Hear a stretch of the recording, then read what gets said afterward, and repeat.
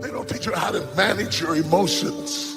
They don't teach you that at home. They teach you your ABCs and which fork to use. My mother spent hours teaching me which fork to use. That's a salad fork. Don't eat with that fork.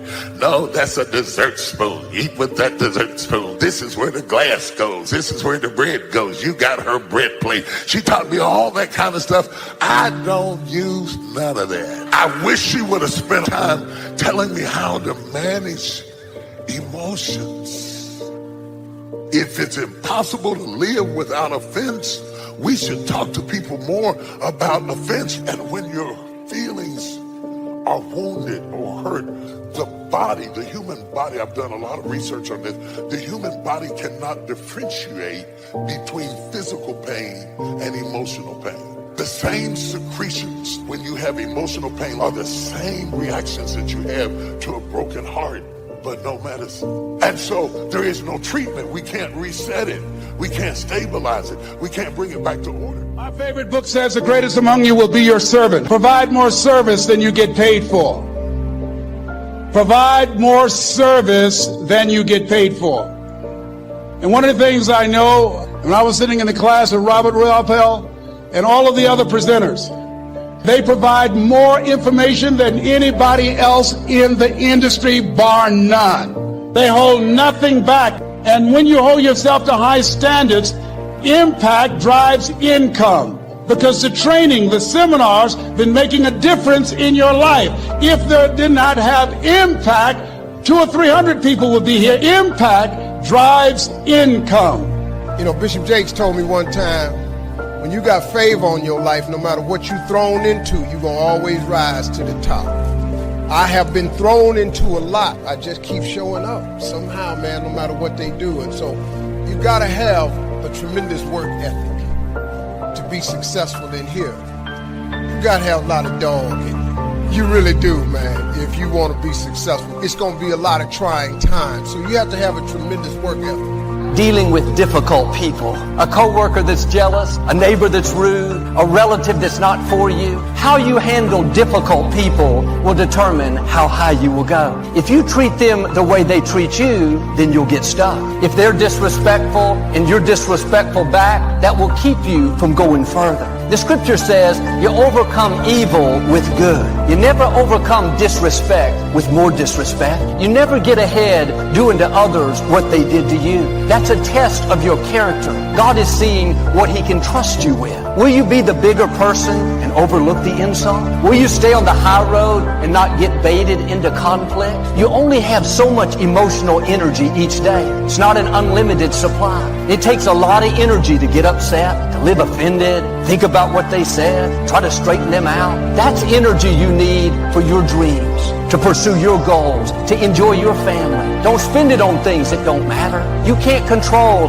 how everyone treats you, but you can control how you respond. When someone is rude, you don't have to get upset. When they cut you off in traffic, that doesn't have to ruin your morning. When a coworker leaves you out, you can't control that, but you can stay in peace knowing that God is fighting your battles. When you take the high road, you'll not only enjoy your life more, but you're showing God He can trust you with more influence, with more favor. Don't go the next 20 years letting the same things upset you. Same coworker get on your nerves. Same grumpy relative steal your joy. They may not change, but here's the key. You can change. Sometimes we've trained ourselves to respond a certain way. If they say this, I'm going to get upset. If they leave me out, I'm going to leave them out. If your crazy uncle makes fun of me again, I'm going to tell him off. The problem is you're letting them control you. If they perform a certain way, it's going to sour your day. Why don't you take the controls back? Jesus said, stop allowing yourself to get upset. Someone can't make you get upset.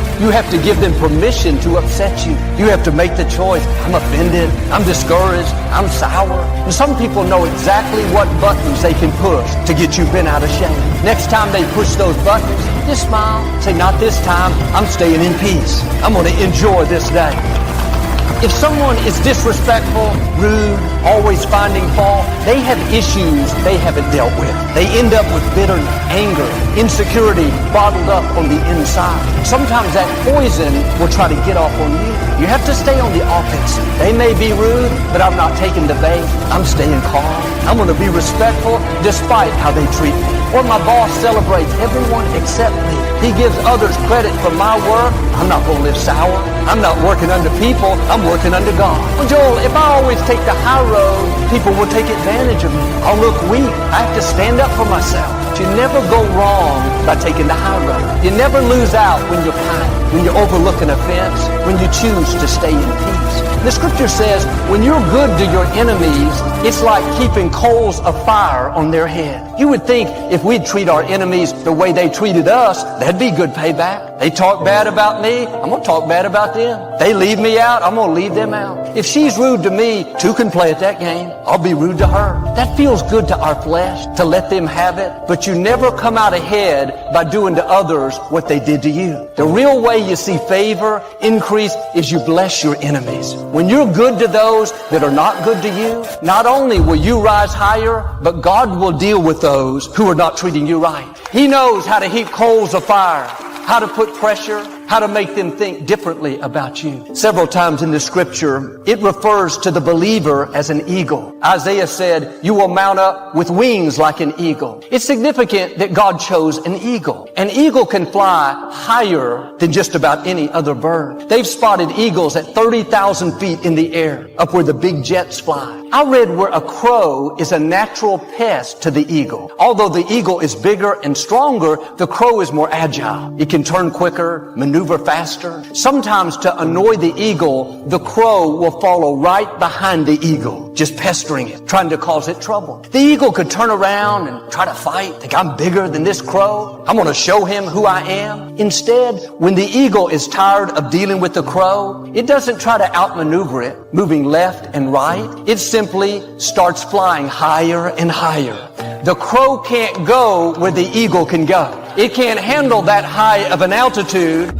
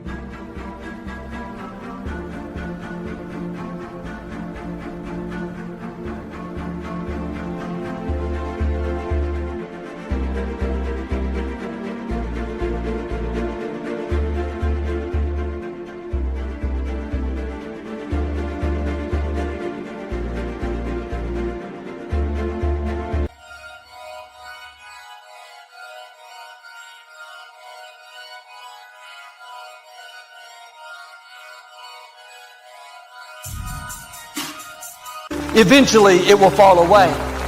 In life, there will always be some crows. You may work with crows. You may have neighbors that are crows. You may be sitting by a crow, just laughing, they won't know it. But there will always be people that can get on your nerves. They feel like it's their calling in life to annoy you, irritate you, push your buttons. That will continue to happen as long as you're staying down at their level. You'll get upset, be baited into conflict, live offended. You have to realize you're an eagle. The way you get rid of crows is not engaging with them, but by going up higher. Don't pay attention to what they're saying. Quit reading the negative comments. Don't let that offense get down in your spirit. If you do, you'll get drawn into conflict. You're an eagle. You're not supposed to be fighting with crows. You're not supposed to be upset with some chickens pecking around, dealing with things that don't matter. Quit being frustrated by the turkeys, people that don't understand you, people that make a lot of noise trying to steal your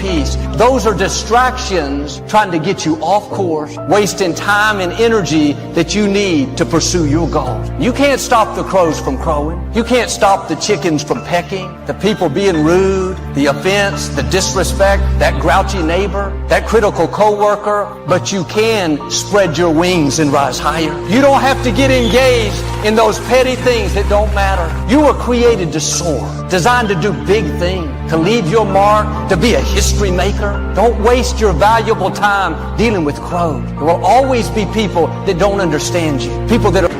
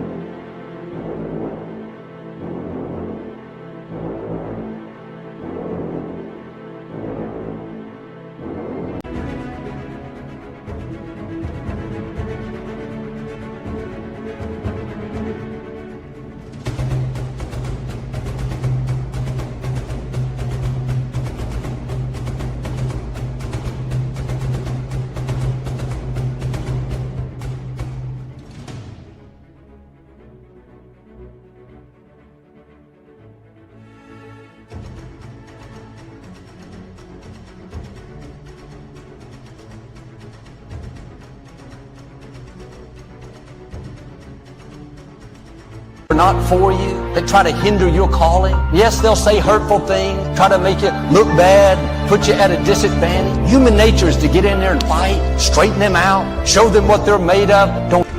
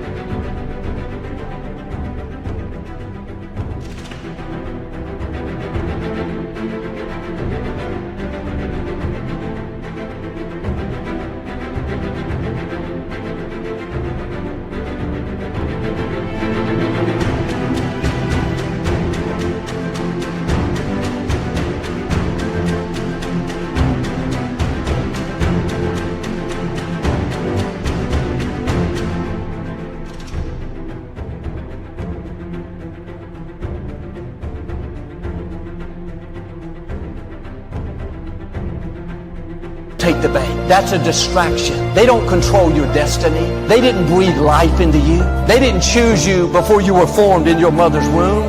What they say cannot stop your purpose. Don't give it the time of day.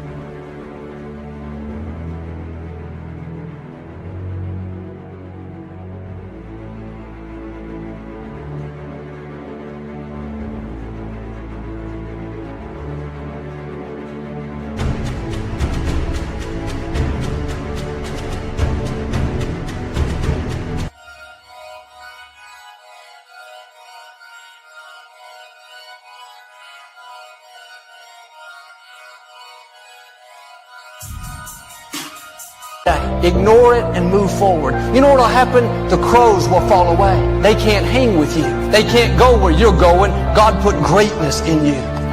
There's a lot of negative chatter these days. All the social media, ways to communicate. People can express their opinions so easily. Say things that are derogatory, try to discredit you. The only power that has is the power you give it. If you let it get in you, you start dwelling on it, that will poison your spirit. Over time, it will change who you are. You'll become defensive, try to prove to people you're okay, you're not what they said. You're giving them your power. You're engaged in a battle that you're not supposed to be in.